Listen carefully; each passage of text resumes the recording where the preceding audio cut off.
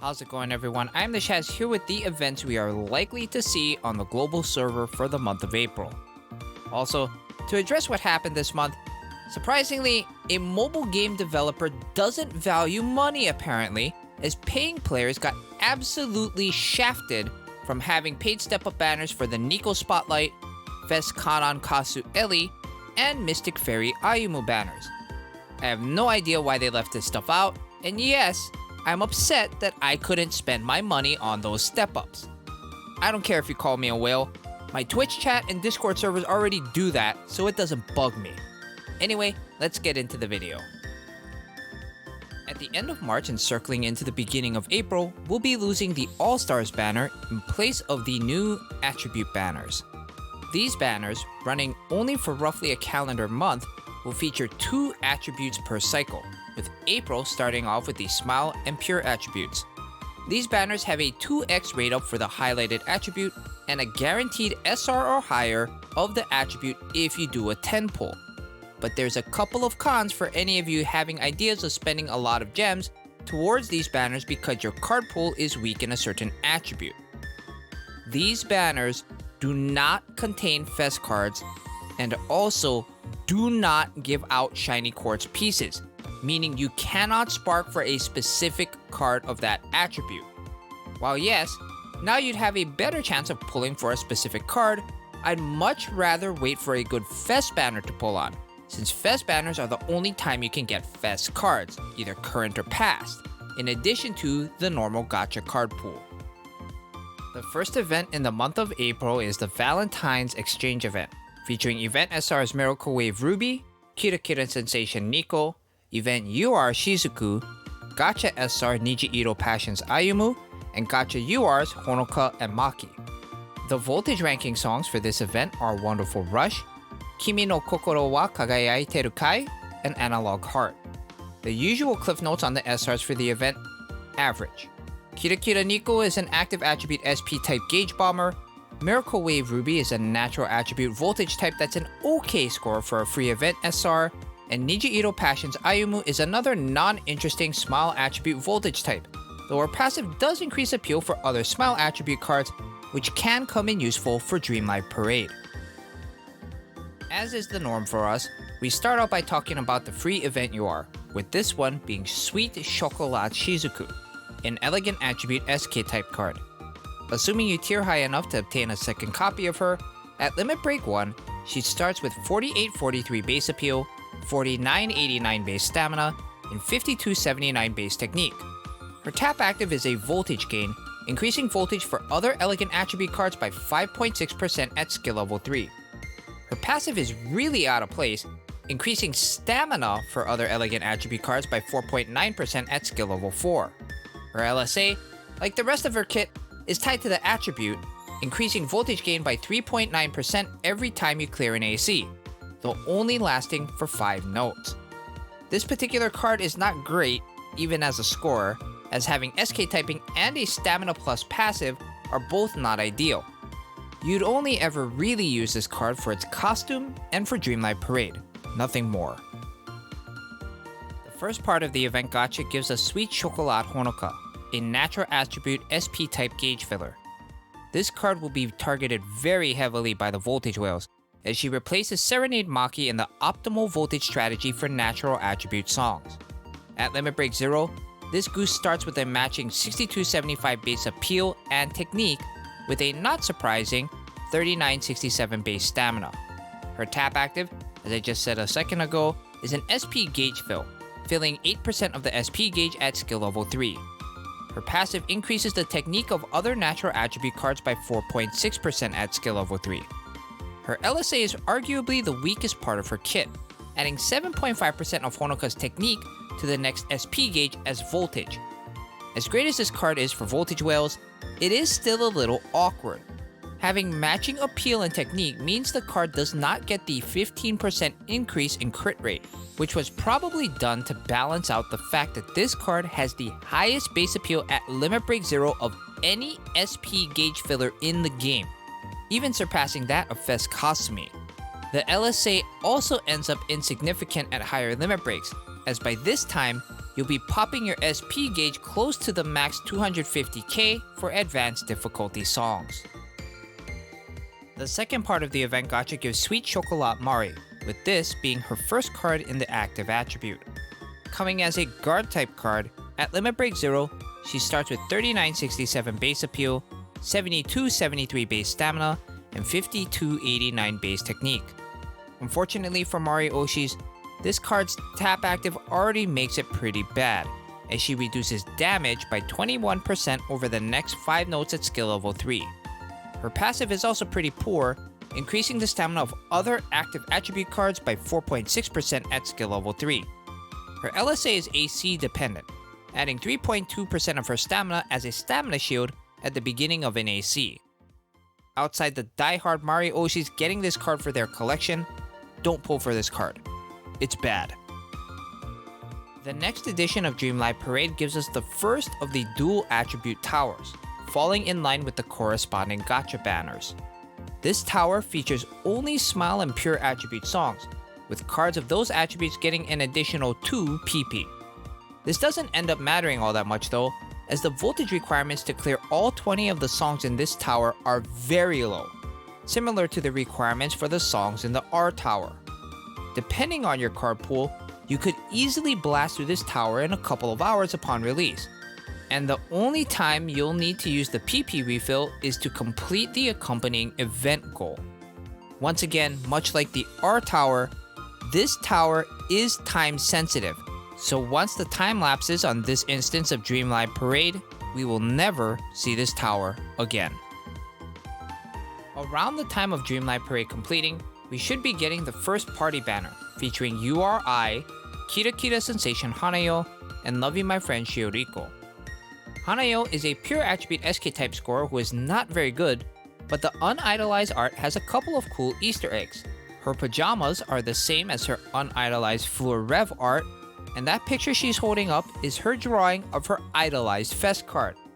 Loving My Friend Shioriko is an active attribute voltage type with a same attribute appeal plus passive, which makes for additional use in something like Dreamlight Parade on an active attribute song.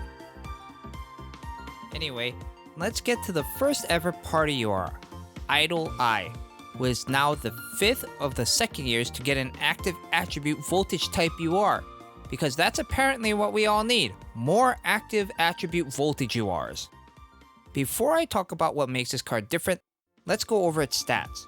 At Limit Break 0, I starts off with a whopping 9487 base appeal, 4955 base stamina, and 7111 base technique, good for a 20.91% crit rate. Her tap active increases the appeal of other active attribute cards by 6.6% for the next 5 notes at skill level 3. Her passive increases the appeal of other active attribute cards by 6.1% at skill level 5.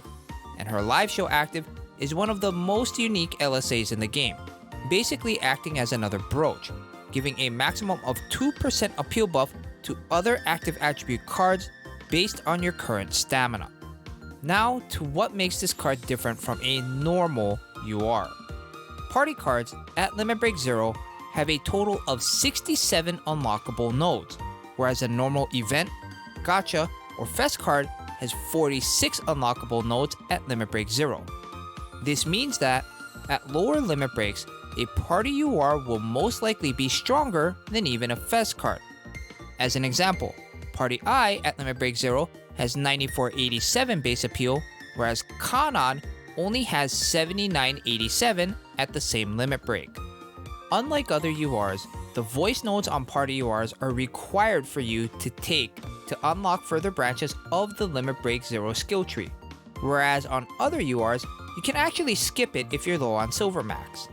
Another difference, party URs have a total of 7 passive skill levels, with 5 of them coming at Limit Break 0. The price for having the additional passive levels, however, comes at the price of limit breaks and materials needed to unlock those last 2 nodes. After you pull the first copy of any party UR, there are diminishing returns, as you can only unlock 6, 3, 3, 3, and 7 nodes for each successive limit break. The extra passive levels come after Limit Break 3, and the last limit break, but in addition to the normal material cost, also require 2 high memory pieces per node to unlock. Also, the passive of party URs are ones we've seen before, but a party UR passive tops out over 1% higher than that of other cards with similar passives.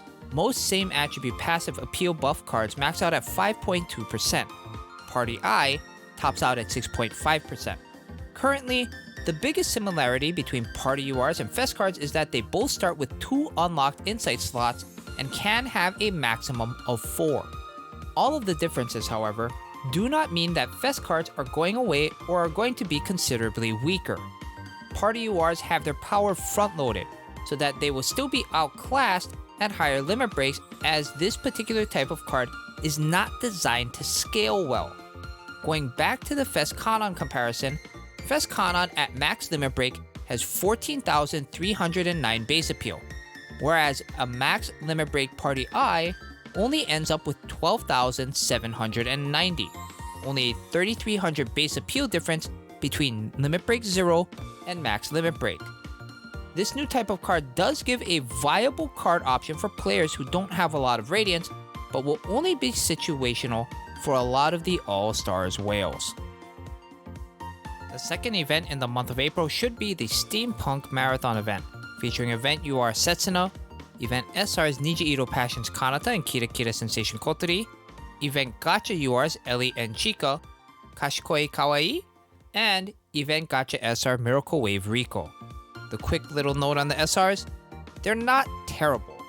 The best is Rico, who is an active attribute guard type stamina shielder. Kotori and Kanata suffer from the free card stat syndrome. Their kits are decent, but basically need to be at max limit break to even be useful in Dreamlight Parade. The free event UR is Steampunk Setsuna, her 6th overall, which comes as a natural attribute voltage type. This Setsuna is probably the most useful of the 3 free natural attribute voltage type event URs we've gotten. If you tier high enough to get her second copy, she starts off with 5882 base appeal, 4228 base stamina, and 5405 base technique. Her tap active increases the appeal of other natural attribute cards by 5.6% at skill level 3. Her passive increases the appeal of other natural attribute cards by 4.9% at skill level 4. Her LSA is okay, giving a voltage boost equal to 10% of her appeal whenever you clear an AC.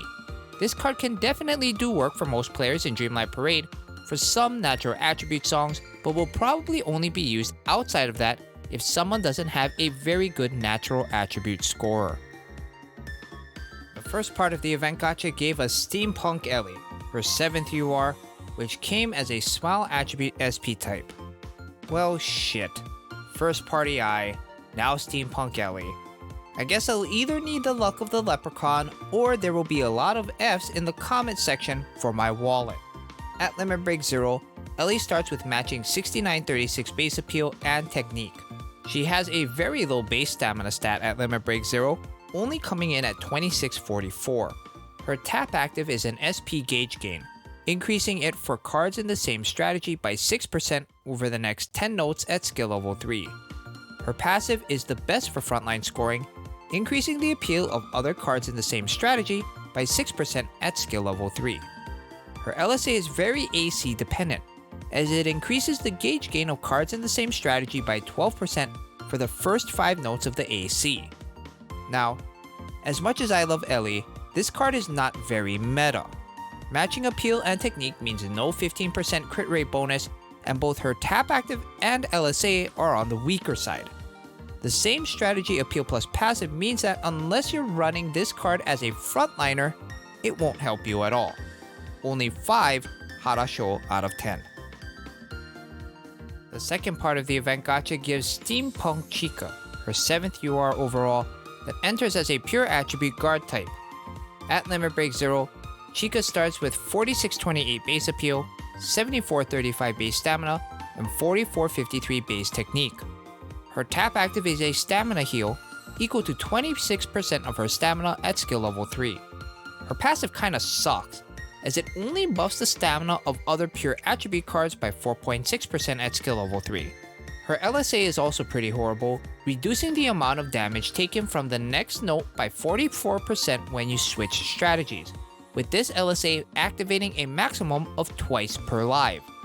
The best part about this card is getting another pure attribute stamina healer, but it's nothing to be overly excited for, as the card's passive and LSA are pretty horrendous.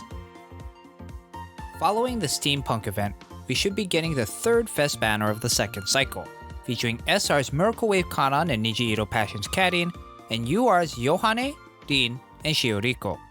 Quickly, both of the SRs are pretty decent, with Kanan having use during Dreamlight Parade as a decent cool attribute scorer, and Karin being a pure attribute stamina shielder. The first card we'll discuss is the face of the banner announcement, Yohane's second Fest card and her 7th overall. Dubbed Angel of Eden, Yohane is an active attribute SP type card, but unfortunately for Wales, does not have the desired tap active. At Limit Break 0, Yohane starts off with a very large 7350 base appeal, 4127 base stamina, and 6457 base technique, which is good for a 19.37% crit rate. Her tap active is the SP Gauge Bob, adding 39% of her appeal as voltage the next time you use your SP gauge at skill level 3. Her passive does give her some flexibility, boosting the appeal of all other active attribute cards by 4.6% at skill level 3. Her LSA gives an SP gauge fill equal to 1% of her appeal at the start of every appeal chance. Taking my Oshi bias out of this card is good to own for nearly every type of player. A free-to-play or budget player could easily use this card in lieu of Fest Kanan or Fest Setsuna, as this Yohane ends up with over 13k appeal at max limit break. Wales will utilize this card for its same attribute appeal buff passive and LSA, which helps these players cheat out extra SP gauges for voltage ranking events. The second UR we will go over is Fest Shioriko, also known as Innocent Lovely Moment Shioriko, which comes as a cool attribute guard type card. At Limit Break 0, she starts with 4658 base appeal, 8074 base stamina, and 5201 base technique. Her tap active is the standard Fest card stamina heal, healing for 34% of this card's stamina at skill level 3. Her passive buffs the stamina of other cool attribute cards by 4.6% at skill level 3, which is a pretty weak passive. Her live show active is the Revive skill, restoring 9% of your total stamina whenever your stamina would go to 0, with this skill activating at a 50% rate upon the start of a live. Now, her LSA does become pretty irrelevant, but this card is still a very adequate Fest healer. Not a lot in the way of offense, but my god, the costume on this card is adorable. Now for the strongest of the 3 Fest cards, Fest Rin, also known as Rin's Atelier.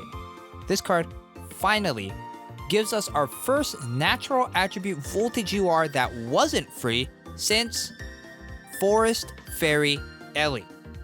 At Limit Break 0, Rin starts off with a monster 7712 base appeal, 3403 base stamina, and 6819 base technique, giving her a more than respectable 20.45% crit rate for a voltage type card.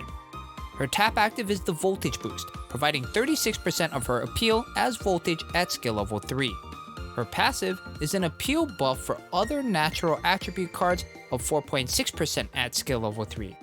Finally, her LSA increases the base appeal of cards in this Rin strategy by 2.5% at the start of the live. It only took over a year, but there is finally a natural attribute voltage type UR better than initial Kanan. Any player can use this card, as it has the 3rd highest base appeal at max limit break of any card in the game. Even if you don't frontline her on a given song, her passive does allow you to backline her if you're going for a natural attribute SP gauge cycle strategy on a song like Wonder Zone.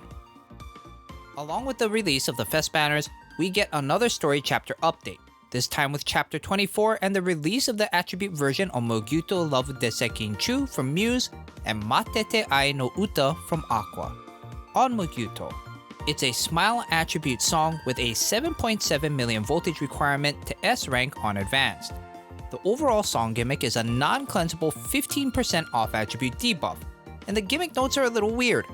SP types get a gauge gain increase by 50% for the next 10 notes, This is put in to help clear the first AC where these gimmick notes come out. Guard types lose 20% appeal for the next 10 notes, which happens 7 times, and smile cards get a 20% skill activation rate up for 10 notes, which also happens 7 times.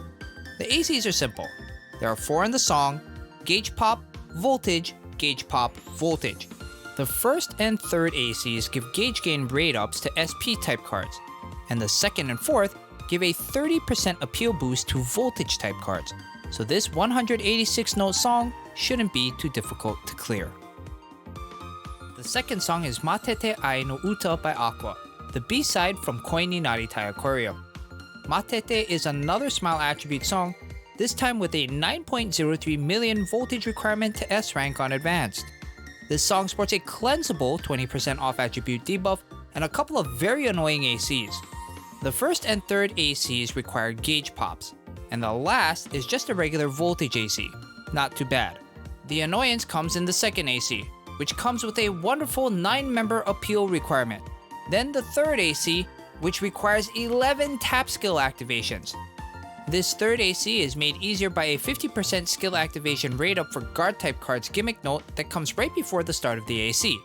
But that only makes it marginally easier. Realistically, if you just run your best team with a cleanse, you should be fine to pass the song, even if you fail the third AC. Along with the Story Chapter 24 update, we'll be getting the 10th official SBL. Yes, it really has been over 10 of these now. As always, a separate video will be made for SBL, but as a quick note, the songs for this SBL will be Start Dash from Muse, Kowareyaski by Guilty Kiss, and Wonderland, Kasumi's second solo.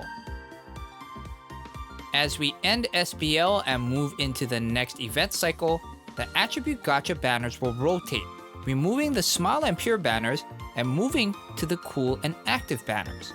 Much like the previous banners, the featured attribute gets a 2x rate up on all cards, which, I'll say again, is not great. Remember, these banners do not give shiny quartz pieces, so they are not sparkable. Do multi-pulls at your own risk. The last event for the month of April, which will probably loop into May, will be the White Day Exchange event. This event features Event SR's Niji Ito Passion's Emma and Miracle Wave Yo, Event UR Kotori, Event Gacha SR Kira Kira Sensation Nozomi, and Event Gacha UR's Hanamaru and Nina.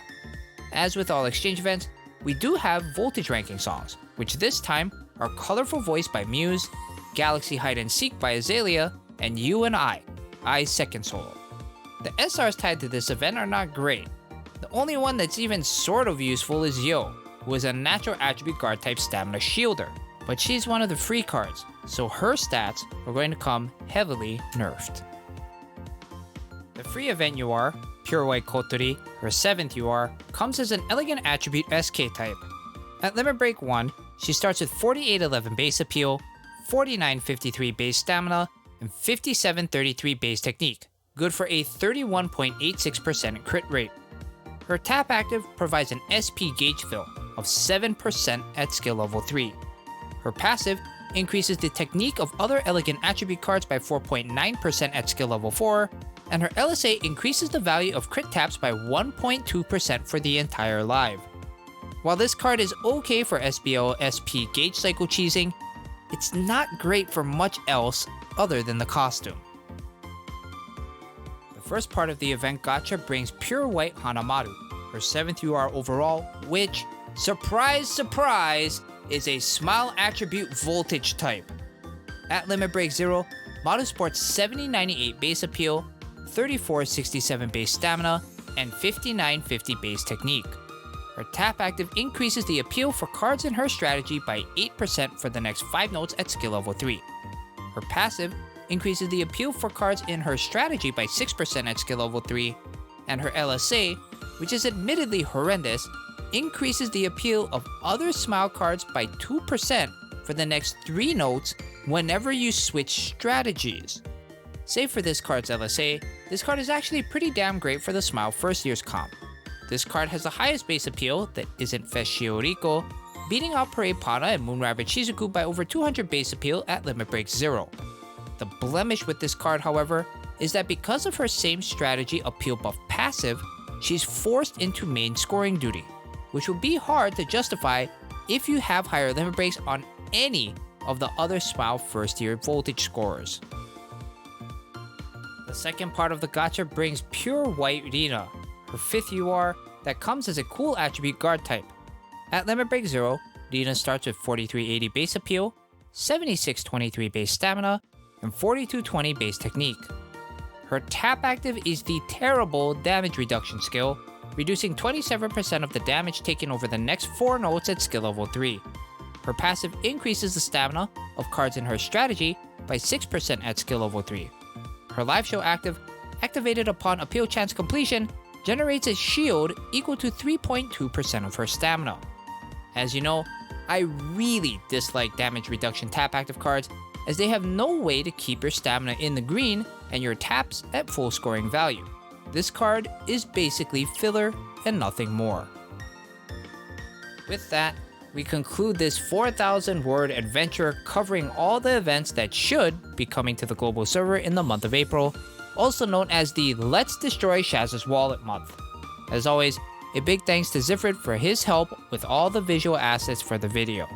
I am the Shaz, take it easy, be nice to each other, and I'll see you all next time.